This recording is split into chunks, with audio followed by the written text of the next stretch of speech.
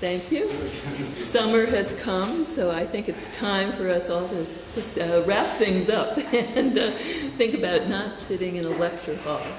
But I am glad to see all of you here today to hear the conclusion of what, for those of you who have been with me on this journey of 7 weeks, it does have an end. So let me begin.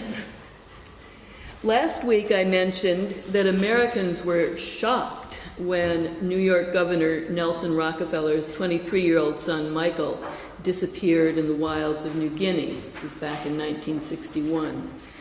The younger Rockefeller, as I'd mentioned, had been collecting Osmat artifacts for the Museum of Primitive Art, the institution his father and his father's close associate, René Darnoncourt, had founded in 1954.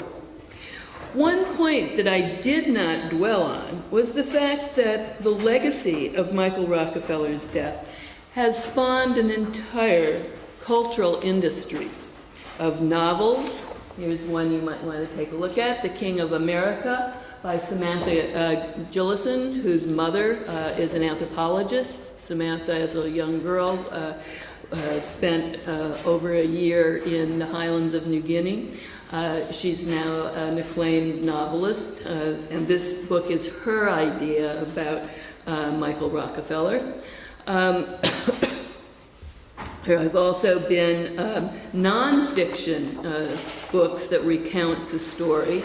This is a journalist going to Papua, what was then called Papua, to West New Guinea to search for the remains of Michael Rockefeller. And most recently, there has been an off-Broadway play, Rocky Goes West. This was just a few years ago. The Man Who Ate Michael Rockefeller. Here's a scene from it. What the claim to this play is that he tells the story of Michael Rockefeller's disappearance from the natives' point of view. So this is what the villagers have to say. Rockefeller's death, I hope you now can see, has in some become an American legend, and is an irresistible metaphor for everything from capitalism as cannibalistic, a reference to the source of the Rockefeller fortune, to the Western desire for primitive art as perverse. I was even contacted by yet another author who's writing another book about Michael Rockefeller's disappearance just last year. So this is not something from the past. This is a continuing fascination that Americans have. And in part, it's the story of someone who was of high birth in terms of wealth society, and perhaps the grisly details of his death, of those who think that it might have been cannibalism. But today I want to focus on another cultural production that was the result of Michael Rockefeller's untimely death, and that's the Michael C. Rockefeller wing of the Metropolitan Museum of Art. Here we have a view of it in its original form. It's been redone, although it looks quite a bit like this still today. Fittingly, it's dedicated to the display of non-Western, what at the time it was created was called primitive art. The core of the museum's collection of art from Africa, Oceania, and the Americas is comprised of Nelson Rockefeller's personal collection, the material that had been in the Museum of Primitive Art. The centerpiece of the wing is a set of intricately carved wooden beast poles that Michael Rockefeller, the very ones that he had been collecting among the Osmat. And you will remember that these poles, I had said that they were carved as memorials to the Osmat's dead. In many ways, it's very fitting, therefore, that these elegant and imposing poles should have become the focal point for the Michael Rockefeller wing. And you can see them here. These poles. So this is a huge wing that it takes up one whole end of the Metropolitan Museum of Art, and it's balanced at the other end by the art of Egypt, the pharaohs. As a young anthropologist who had recently returned from conducting my doctoral research in New Guinea, I was thrilled to attend the opening of the Michael Rockefeller Wing. This was in 1982. It was only years later that I questioned why, when Picasso and other modern artists had so-called discovered tribal art in the early decades of the 20th century, it had taken the Met so long to incorporate this art into its official canon. So what follows is a brief discussion of the answer to this question, as well as what it might tell us about the motives, in one specific case at least, that led to the apogee of the transformation of ethnographic artifacts into art. I use the term apogee in order to highlight the fact that in the United States, the Metropolitan Museum of Art in New York City is regarded as one of the premier, if not the premier, encyclopedic museum dedicated to the collection and display of the finest examples of art produced by humans over the course of humanity's existence. That is, it's inclusive of all times and all places. So it's within that context that this art is now placed. The Louvre, for example, in Paris, perhaps the Met's closest parallel institution, still does not have a department dedicated to tribal art. Instead, the French have, according to some critics, ghettoized the display of tribal art in a separate new museum, the Musée de Quai Branly. And Sally Price, in her book Paris Primitive, has talked some about the response of the director of the Louvre when he was asked by Chirac to display non-Western art in the Louvre. There is one small section there where there are some things that are on display. But unlike the Metropolitan Museum, the Louvre never wanted to dedicate the resources or the space or the institutional administration to the collection of non-Western art. So the question I've chosen to answer today has two parts. Why, on the one hand, did it take the Metropolitan Museum of Art so long to include non-Western tribal art into its canon? And two, why did it then finally decide to do this in 1969? So let me catch up a bit with my images. This is the dedication at the Rockefeller wing of the Met to Michael Rockefeller. And you might recognize the picture of him that I showed earlier, of him there in the highlands and the Balian Valley among the Dani of Western New Guinea. And here's one of the beast poles that I was talking about. And here we have the Metropolitan. At age 24, in 1932, Nelson Rockefeller was appointed a lifetime trustee of the Met. For those of you who may not know all of these details, that's quite young at which to be appointed a lifetime trustee of an important museum. His father, John D. Rockefeller, had recently donated the medieval French structure I also talked about last week, known as the cloisters.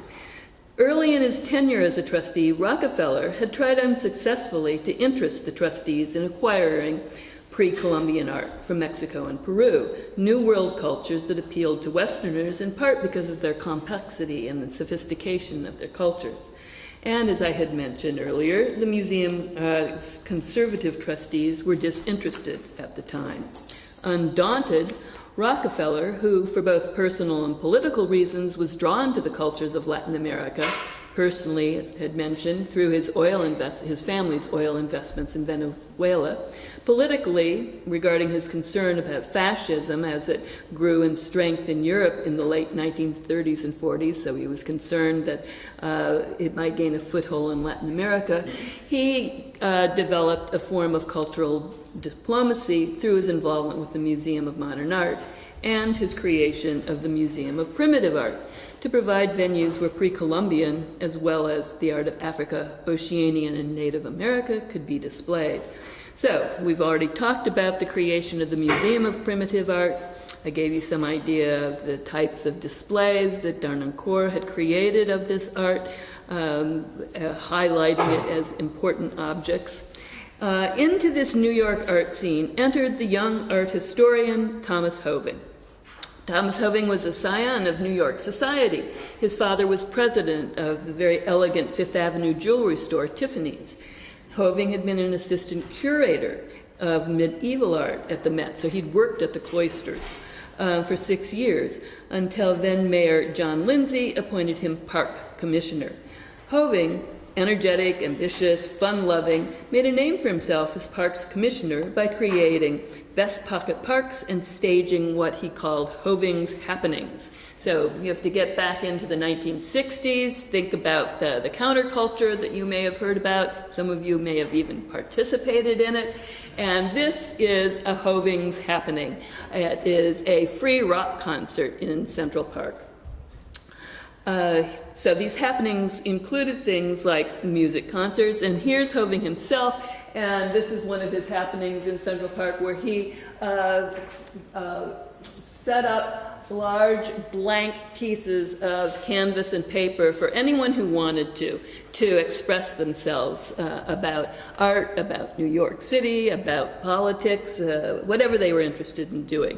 And his says 3 cheers for Frederick Law Olmsted, who was the architect, the landscape architect who created this Central Park.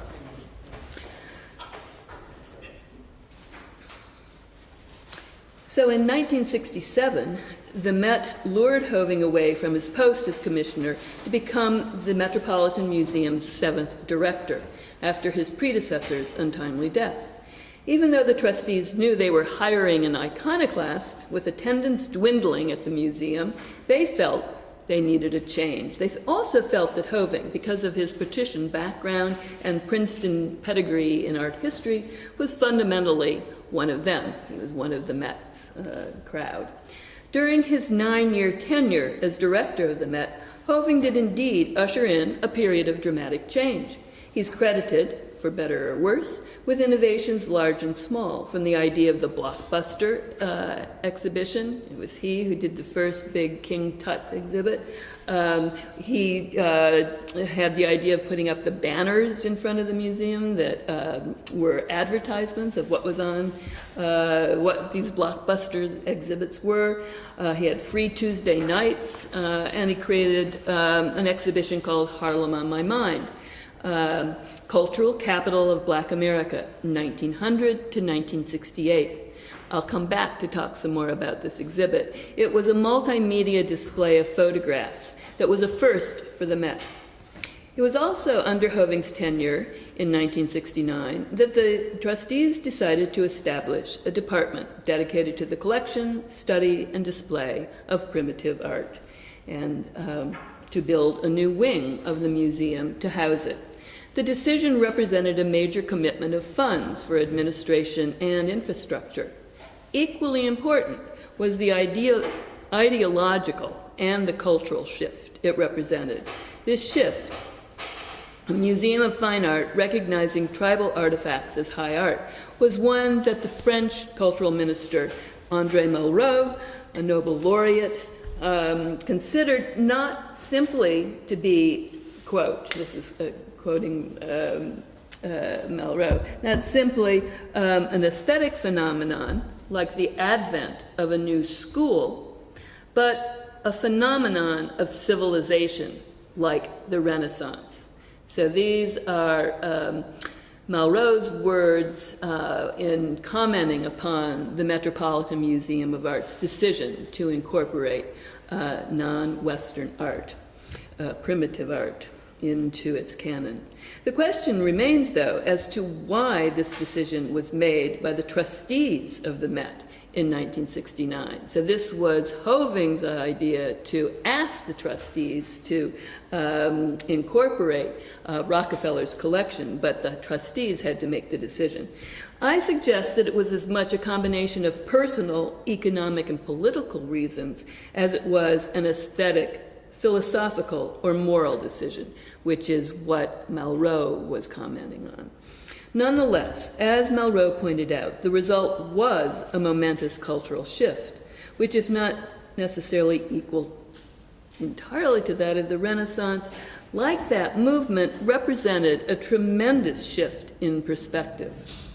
Also, like the Renaissance, this shift did not happen overnight, but was the result of decades of small incremental changes, changes that I've been outlining during the course of my previous lectures. So we're finally reaching the culmination of all these different decades and events that I've been talking about.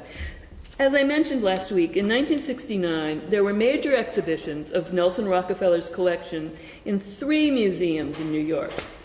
There was his collection of modern art on display at the Museum of Modern Art, his collection of Mexican folk art, the Museum of Primitive Art, and at the Metropolitan Museum of Art, there was masterpieces of primitive art.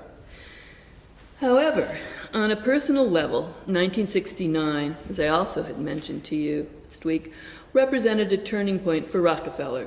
Not only had his son Michael now been dead for 8 years, but his colleague Rene Darnancourt had died in an accident in 1968. These personal losses, as I also mentioned last week, may have led Rockefeller to lose his enthusiasm for collecting tribal art as he turned his attention to the collection of Asian porcelains instead. For his part, Thomas Hoeven needed an acquisition that would restore his tarnished reputation, which had reached an all-time low after the debacle of this exhibit, Harlem on My Mind. And this is the catalog from that exhibit. As I mentioned before, the exhibit was new for the Met because it was the first time that an exhibit was multimedia and focused on photographs. So there were some very now famous photographs of Harlem that were being displayed in this exhibit. The very subject matter, a part of New York City, being shown at the Metropolitan, was also very unusual for the time. The exhibit wasn't curated by Hoeven himself. He had asked a white Jewish scholar to curate the exhibit. And this scholar had used members of the Harlem Cultural Council as advisors, but granted them only limited input into the actual creation of the exhibit. Any of you who are curators could probably already, imagine the kinds of problems that this might have created in terms of the relationship between the curator of the exhibit and the community. And for those of you who have been to the Metropolitan Museum in New York, which is at 82nd Street, you know that it's not too far from Harlem, that begins at 110th Street. But that's many worlds away in terms of the different populations that Harlem and the museum had served at the time. Even more inflammatory, however, were derogatory statements made by blacks about Jews published in the exhibition catalog that were seen as anti-Semitic by the Jewish community. So no one was happy with this exhibit. The Jewish community was upset by the fact that there were anti-Semitic remarks in the catalog. The Harlem community was upset that they hadn't been involved more directly with the exhibit. So all in all, Hoeven was in a very difficult place. Mayor Lindsay demanded that the Met, which is a public institution, it gets a certain amount of funding. It's actually a private institution that gets a certain amount of public funding. So the mayor demanded that the Met stop selling the catalog or risk losing the $3 million the museum received from the city. Hoeven knew that he needed the donation of a major new world-class collection to the museum to redeem himself in the eyes of the public and the museum trustees. He decided that it should be Rockefeller's collection of tribal art. However, he did not have enough clout with the trustees at that point to convince them to agree to create a new department to support the Rockefeller collection or to build a new wing to display it. It was this woman, Brooke Astor, who some of you may have heard of. She's been well known and also infamous in death, or her son was. It was Brooke Astor one of New York City's wealthiest matrons, a devoted trustee of the Met, a supporter of Rockefeller, who was then governor of New York, and a longtime friend of Hoeven's. They'd actually, their families had summered next to each other, who was probably motivated more by a desire to support Hoeven and Rockefeller than by her personal interest in primitive art. We don't have some sense that this was the art of Africa, Oceania, and Americas. She was not a collector, of this art. She may have been the person to convince her fellow trustees of the timeliness and sagacity of the decision. But nonetheless, it was Hoeven's belief that the Met needed to invest in the display of this art, something that he had advocated to the trustees when he'd first discussed becoming director, that prompted her to do so. Of course, it also helped that the collection was Rockefeller's, as his name made it gilt-edged. If indeed the personal, economic, and social motivations of three individuals, a collector, a museum director, and a museum trustee, represent the nexus of social relations that created a Department of Primitive Art at the Met, nonetheless, they do not explain the museum trustees' reasons for accepting it. At the very least, it meant an ongoing financial commitment to the museum. It helped in the trustees' minds, no doubt, that André Malraux, a Frenchman, at the time he was the Minister of Cultural Affairs in France, had given his imprimatur to Rockefeller's collection and to the idea of incorporating it into the Met. It's important, however, to note the larger historical and political context in which the decision was made. By 1969, as the motivation behind Hoeven's exhibit, Harlem on My Mind, had indicated, times had changed. The Vietnam War was on, there were student protests, race riots across the nation, and the Met needed to adjust to them, as Hoeven continually reminded the trustees.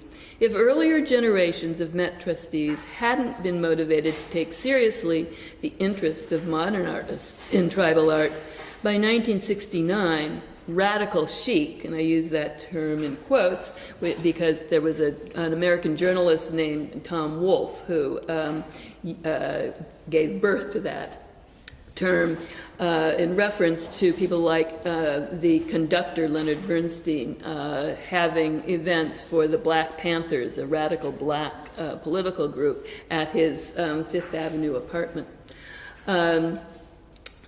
So, by 1969, radical chic, with its interest in African Americans and third world peoples in general, was in the Manhattan air. So, here we had in 1969 this incorporation of the art. The wing hadn't been built yet, but that exhibit, Masterpieces of Primitive Art, was on display. And I've just included this illustration of maps of 17 African nations that became independent in 1960. So this was another aspect of the changing globalization of the world and the independence of all these countries that had formerly been colonies.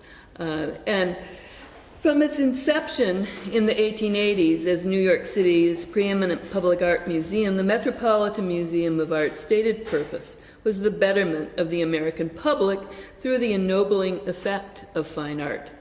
As art historian Carol Duncan reminds us in her study of the civilizing function of art museums, the founders of the Met, wealthy scions of New York's Gilded Age, believed in the power of art to enrich the lives and refine the rough-hewn spirit of recent immigrant workers who were crowded into the teeming tenements of the city.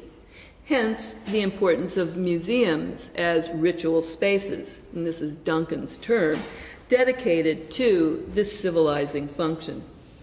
Those first men who controlled the Met, the Board of Trustees, and the director had definite ideas about what they did and did not count as acceptable art to be displayed in their museum. In this regard, they were greatly influenced by the museums and private collections they viewed in Europe. They especially valued the art of classical Greece and Rome, as well as the Renaissance in ancient Egypt. But 70 years later, the acquisition of Rockefeller's collection of tribal art not only helped, quote unquote, save Hoeven's ass, these were his terms, not mine, but also rounded out the Met's Encyclopedia of World Art. Like the Harlem exhibit, it also reflected Hoeven's own view of the museum as a moral, social, and educational force. So he shared the same ideas about the museum as these other trustees, both former and present. He just had a different idea about how you needed to accomplish that. And he thought that it was through the display of art from Africa, Oceania, and the Americas that would help the museum, as he phrased it, pay its true cultural dues. So Hoeven, as I hope you can see, was really an important force in changing the Met. As anthropologist Shelley Arrington has aptly observed, the opening of the Rockefeller wing was a triumph for the category of those objects we called, or were called, primitive art. And here I quote her, "If artifacts were social climbers," she goes on to say, "making it into the Met would be like having a debutante ball and being listed in the social register, a sign you'd really made it. Being in the Met signified visibility and institutional endorsement at last." And as I said, as the premier museum of fine art in the United States, it was the first major encyclopedic art museum in the world to institutionalize the collection and display of so-called primitive art into its canon. The fact that the Met incorporated tribal art into its canon and continues to collect and display this art speaks not only to the museum trustees' acceptance of the aesthetic value of this work, but also to their continuing belief in the civilizing mission of art museums for what was now an increasingly multicultural New York City and ethnically hybrid America. Ironically, Arrington also noted that ensconcing of non-Western art into the Metropolitan Museum of Art also signaled what she refers to as the death of authentic primitive art. This was the case, on the one hand, because the individuals who made the objects on display were no longer alive in many cases, and the cultures for which they had produced it no longer existed in the manner in which they had in pre- and colonial times. So the context for which this art had originally been produced were dead. The result of the Met going primitive, as I've been calling it, created a broader interest among middle-class Americans in so-called primitive art.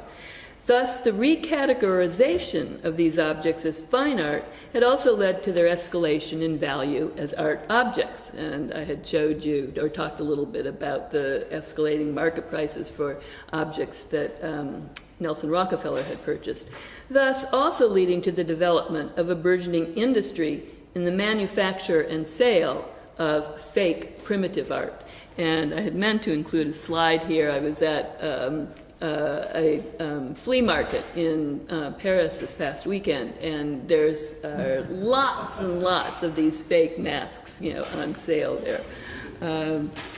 The wider interest among the American public in primitive art increased in 1984, when the Museum of Modern Art mounted an exhibition called Primitivism in 20th Century Art. And I had talked about this exhibit in my first lecture. So we've come full circle in terms of where I began, for it is this exhibit that James Clifford critiqued, calling it a representation of a taxonomic moment, that the exhibit, he critiqued it for focusing on this historical moment, the early 20th century in Europe, that gave birth to the category of primitive art. In a similar manner, we could say that the primitivism exhibit at MoMA gave birth to another taxonomic moment, the death of the category of primitive art, because the critiques that were made of the primitivism exhibit also were critical of the fact that of the way in which the art of non-Westerners represented in this exhibit was being treated, the occlusion of the artists themselves and their cultures. Because of the criticism of intellectuals such as Clifford, citing the Eurocentric focus of the MoMA exhibit, and, as I said, its occlusion of any focus on the non-Western artists who had produced the art, as well as the fact of this burgeoning identity politics that were the result of all of the independence movements in Africa and other parts of the world, the term primitive art fell into disfavor. I do not have time to go here to go into some of the larger socioeconomic and political factors that were contributing to these changes, other than to mention such things as the rise of neoliberal politics in the United States and elsewhere. This was the period of Ronald Reagan, Margaret Thatcher, the fall of the Berlin Wall, the dissolution of the Soviet Union, just to name a few. However, the Metropolitan Museum, as we have discussed earlier, eventually changed the name of its Department of Primitive Art to the Department of the Arts of Africa, Oceania, and the Americas, which is its current designation.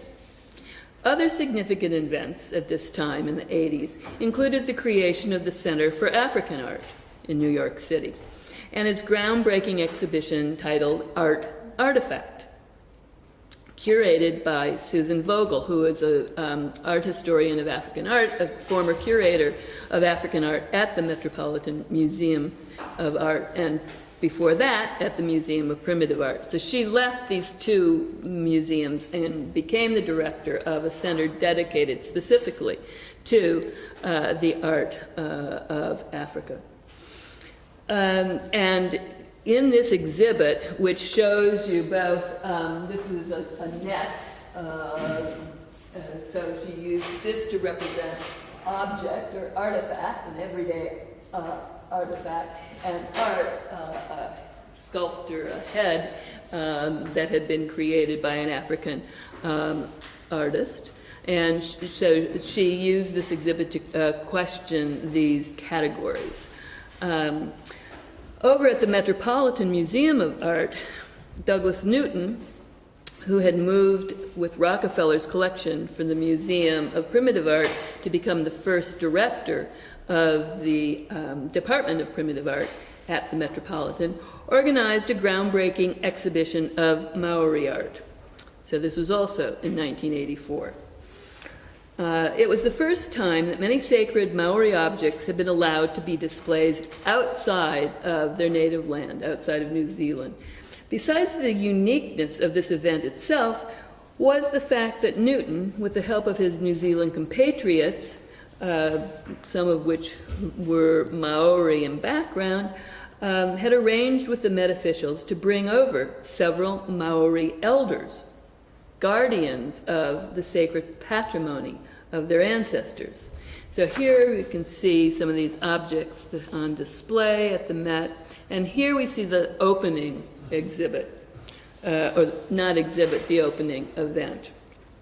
On the day of the opening of the event, there was a dawn ceremony on the steps of the Metropolitan Museum, which I attended, and it was very gray and misty that morning, and it was very affecting to have these Maori elders there chanting in Maori, asking for the ancestors to sanctify the display of these objects.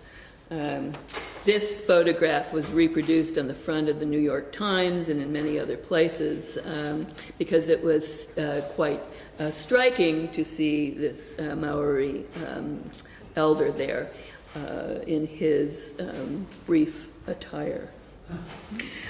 On the day of the opening exhibit, which I've just talked about, perhaps even more important than the impact of the ritual surrounding the exhibition, and the impact that it had on American viewers, underscoring the continuity, the continuing meaning of these objects for the Maori today, was the impact that the exhibitions in New York City had on the Maori and the Pakeha, or non-Maori, New Zealanders back in New Zealand. So now I'm going to talk some about what was the impact of the Met having this exhibit in New York on the on the multicultural community of population back in New Zealand. The fact that the most prestigious museum in the United States, it happens to be second only in attendance to the Louvre, wanted to display the Maori objects as examples of fine art, did much to arouse the interest of Pakeha in New Zealand towards these objects, and also their interest towards Maori culture in general.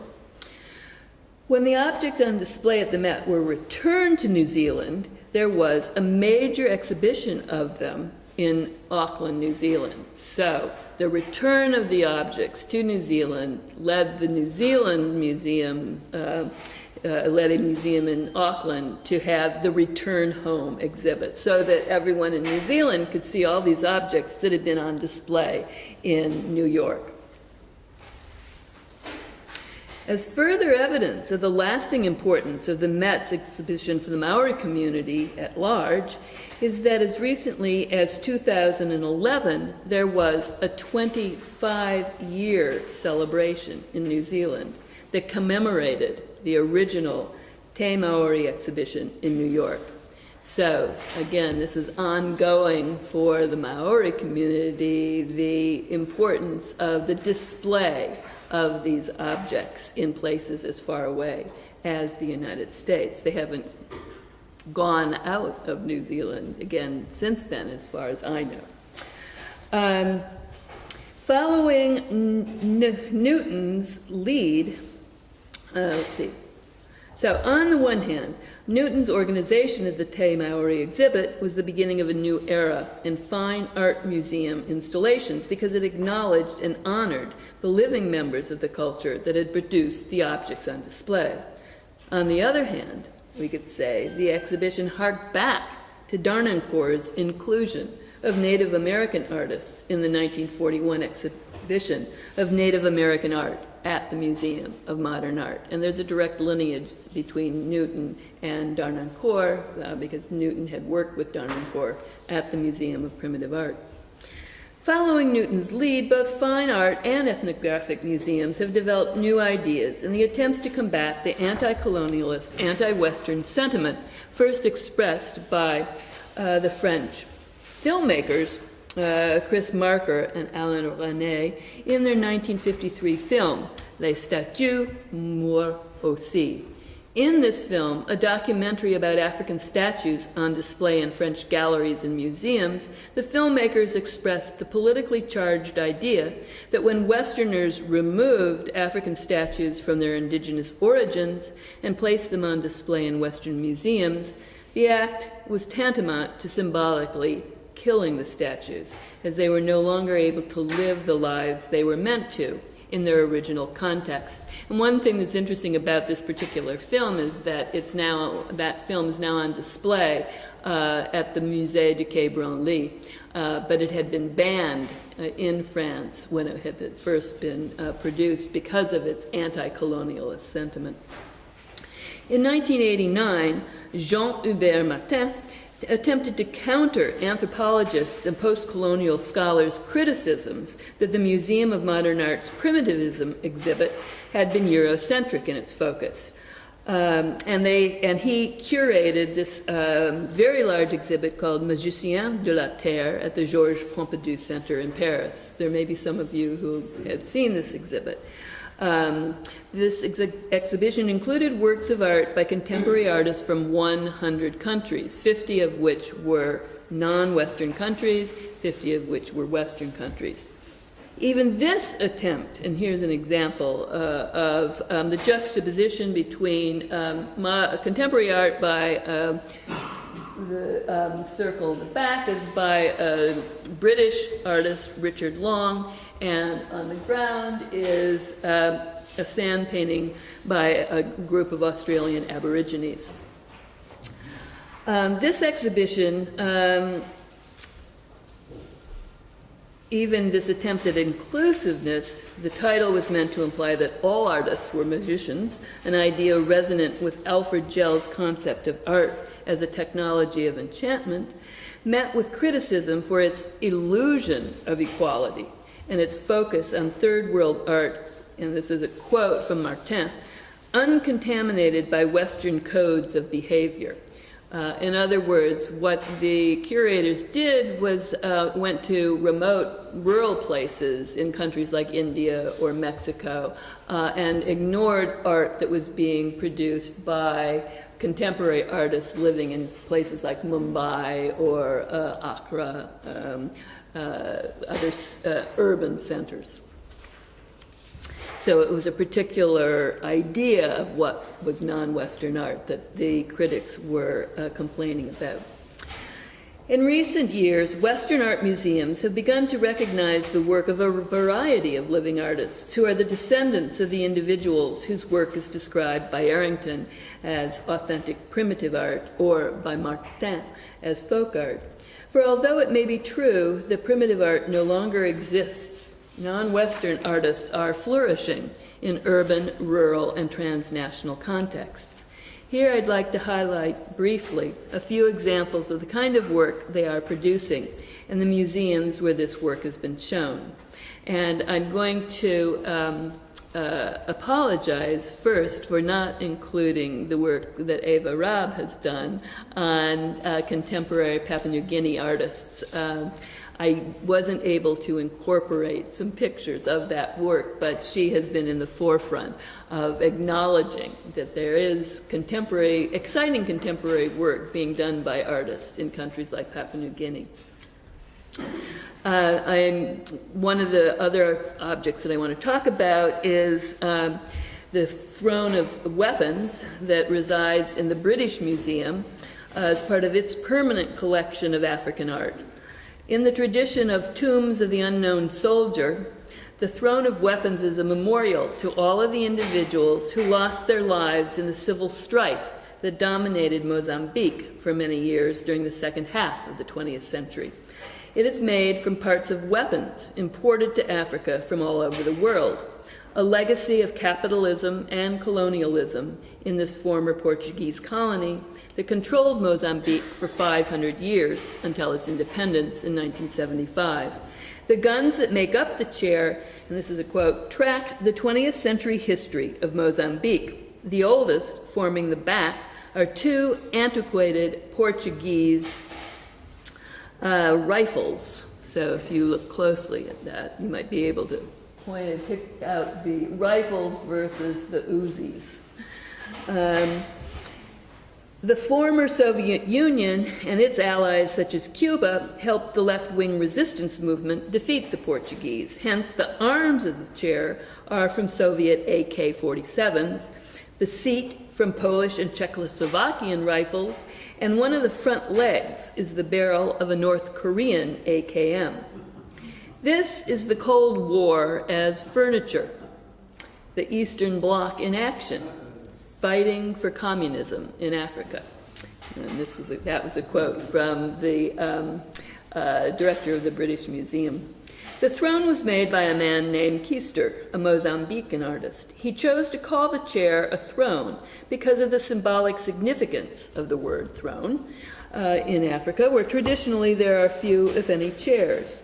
Thrones, however, in the form of stools, were reserved for traditional rulers.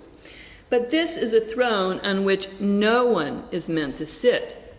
It's not for an individual ruler, but is intended as an expression of the governing spirit of the new Mozambique, peaceful reconciliation. The artist made the throne as part of a peace project in Mozambique called Transforming Arms into Tools, a project that continues today in which former combatants on both sides of the conflict voluntarily give up their weapons in exchange for practical tools such as hoes, sewing machines, and bicycles.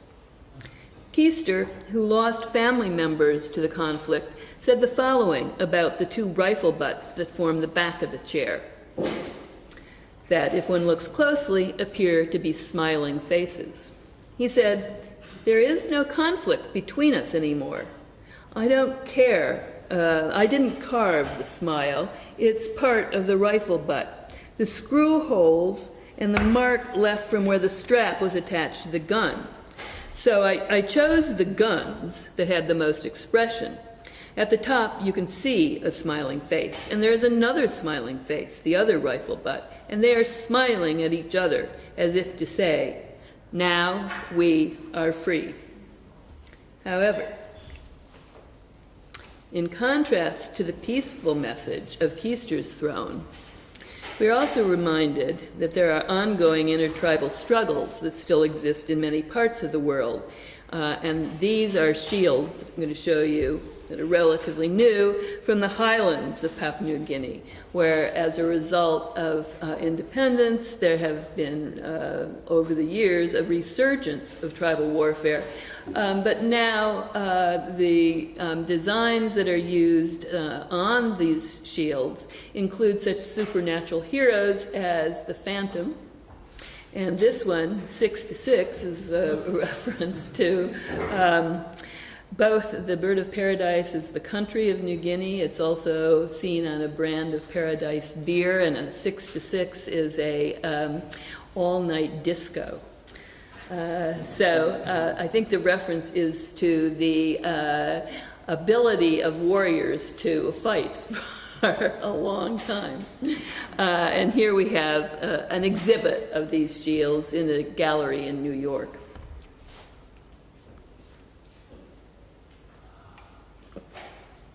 Many of you are undoubtedly aware of the contemporary paintings being produced by Australian Aborigine artists, based on traditional designs but painted on canvas using Western acrylic paints. So this is a new form of indigenous art whose creation has been analyzed ethnographically by anthropologist Fred Myers in his outstanding book, Painting Culture, The Making of an Aboriginal High Culture. An exhibit of these paintings at the Asia Society in New York helped catapult these paintings onto the world art market, as has a recent exhibit at the Metropolitan Museum of Art in 2009. However, in addition to Aboriginal artists whose success with Western collectors may be due in part to their use of a new medium, the acrylic paints, Western museums have also shown the work of artists such as John Mawalendru, sorry, my pronunciation of his name probably is incorrect, who continues to work primarily with traditional materials. So these are two of his bark paintings, and here's his name, John Mawalendru, and here is the artist himself.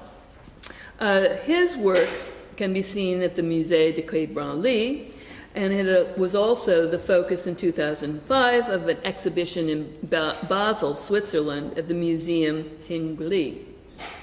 In contrast to these, okay, so here are some of his other work. This is all done on bark, and these pictures don't really give you a clear idea of the way in which the environment of the Aboriginal outback is sort of replicated in the art itself.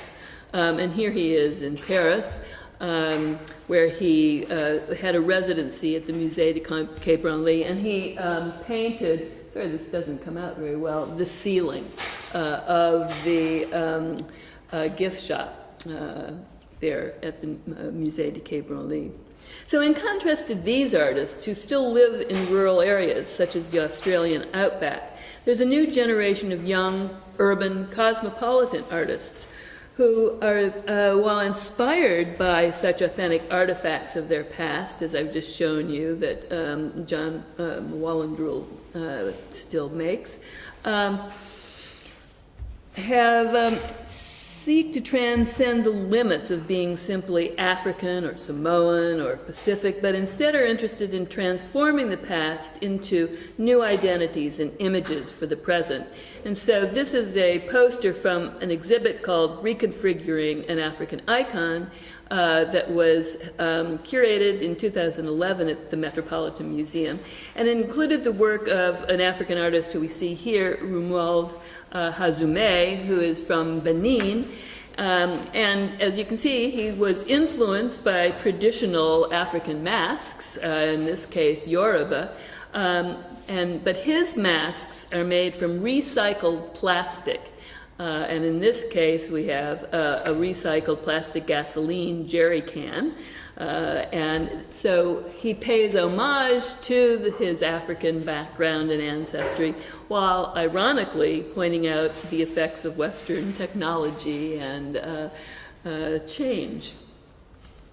In a somewhat different manner, but a similar idea, the work of two Samoan artists that I'm going to show you, both of whom grew up in Auckland. So they didn't grow up in Samoa. They grew up in communities, diasporic communities in Auckland, New Zealand.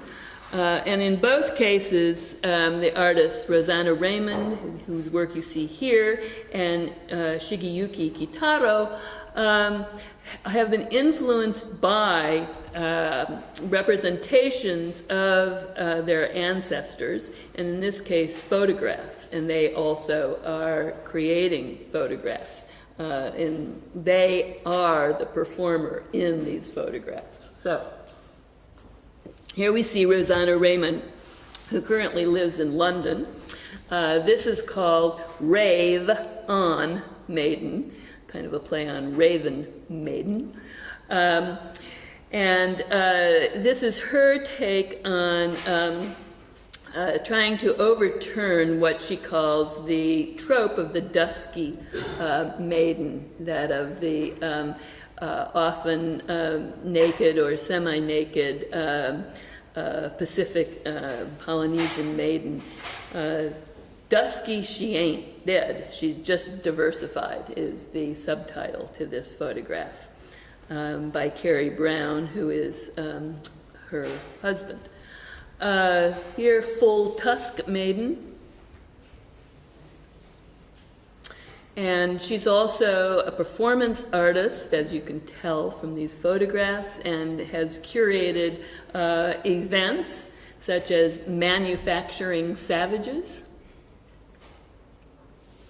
And here we see her at the De Young Museum in San Francisco, where she was invited to be artist in artist in residence, using the De Young's museum as a reference point for investigating museum space as a place for new art and art of the past. So she created a piece that involved movement, costume, sound, and artworks. I mentioned her compatriot, Shigeyuki Kihara, who is mixed race, Japanese, as you might gather from the name, and Samoan. Shigeyuki is also, his work, or her work, has been incorporated into the collection of the Metropolitan Museum of Art. So there was an exhibition of her work. Shigeyuki is transgender at the Metropolitan Museum of Art. So here we see her in her staging of colonial photographs of Samoan women. So this is a fa'afafine, which is the Samoan word for a transvestite. So it's the photograph, and this photograph has been purchased by the Metropolitan Museum of Art, is titled Fa'afafine in the Manner of a Woman. And here is another example of her work. She was another artist. So, finally, there's another category or genre of work of indigenous or contemporary indigenous artists whose work eschews any direct cultural or ethnic reference to their ethnic background, but they are still influenced by their cultural background. Here I have in mind the work of the Ghanaian artist El Anatsui, whose work is in the collection of major museums around the world, and who recently had a one-man exhibit in New York at the Brooklyn Museum of Art. In viewing Anatsui's work, and here you can see these are huge wall-sized hangings. His cultural background is not immediately apparent. But if you look closer, you can see that he's made these wonderful hangings from bottle caps. These are all recycled, primarily beer bottle caps, that he has collected from the streets in Ghana and other places where he's resided. Here's another example of his work. They're fascinating and luminous. They refer to textile traditions of West Africa, but his foremost identity is as an artist, not as an African artist. So, I'm going to conclude now. I've just had wanted to give you some idea of the excitement of the kinds of work that a variety of different types of indigenous contemporary artists are doing, and that are being shown in museums of fine art as well as ethnographic museums. Over the course of the past several weeks, I've presented what I've called the prehistory of primitive art, in an attempt to historicize the different taxonomic moments that gave rise to the various terms and their associated evaluations Westerners have had of so-called primitive art. My premise has been that categories such as primitive art are never permanent or transcendent, but rooted in particular historical moments. I began, therefore, with a discussion of Pierre Bourdieu and Walter Benjamin concerning art, authenticity, and cultural production as based on specific sets of social relations and institutions, and argued that heretofore art historians in particular have underestimated the role that anthropologists and anthropology played in the 20th century transformation of non-Western art, of non-Western artifacts into art objects. I also described my interest in expanding Bourdieu's purely sociological theory of art by including a discussion of Alfred Gell's anthropological theory of art and agency, and his argument that art is a technology of enchantment.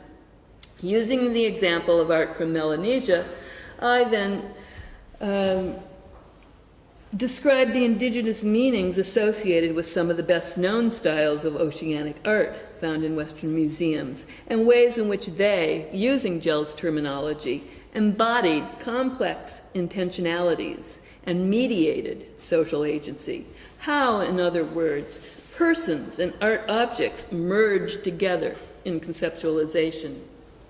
In week 3, I focused on the early history of the West's fascination with collecting and displaying non-Western objects, starting with cabinets of curiosities. And here, I'm going to include something that I had meant to in my original lecture, which is a fascinating cabinet of curiosity in the city of Harlem.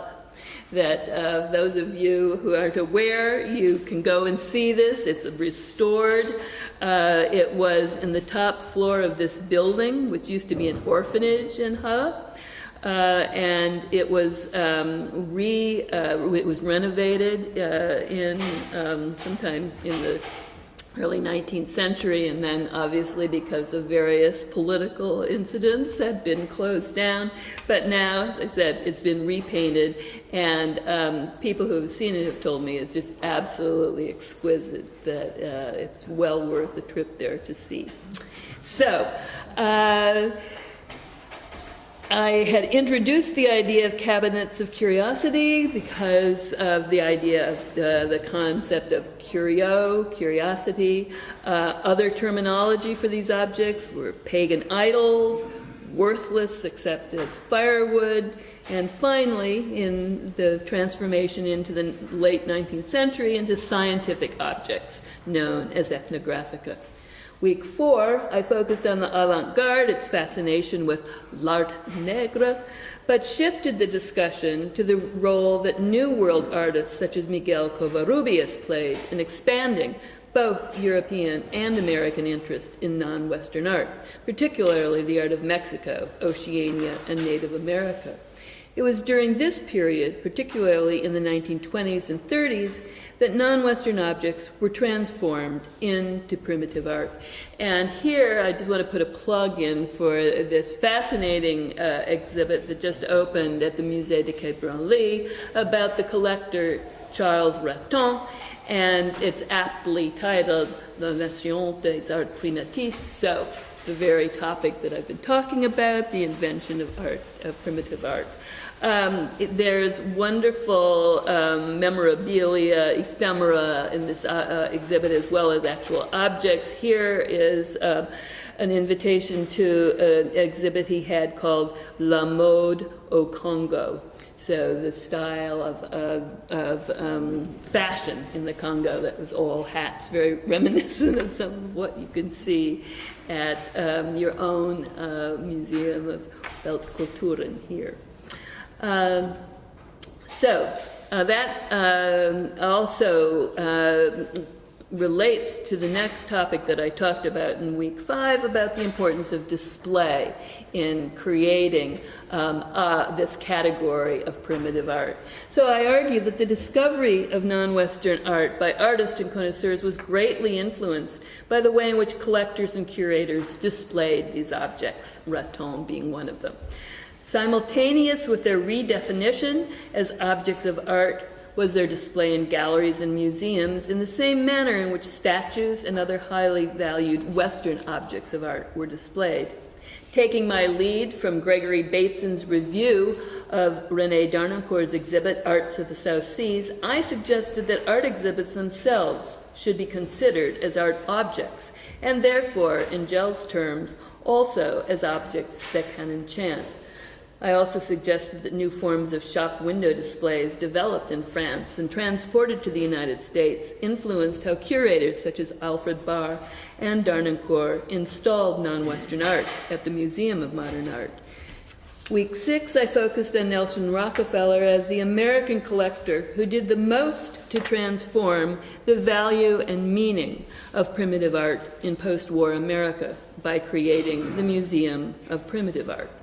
Which brought us to today's discussion of the decision of the Metropolitan Museum to incorporate the art of Africa and Oceania and the Americas into its collection of world art.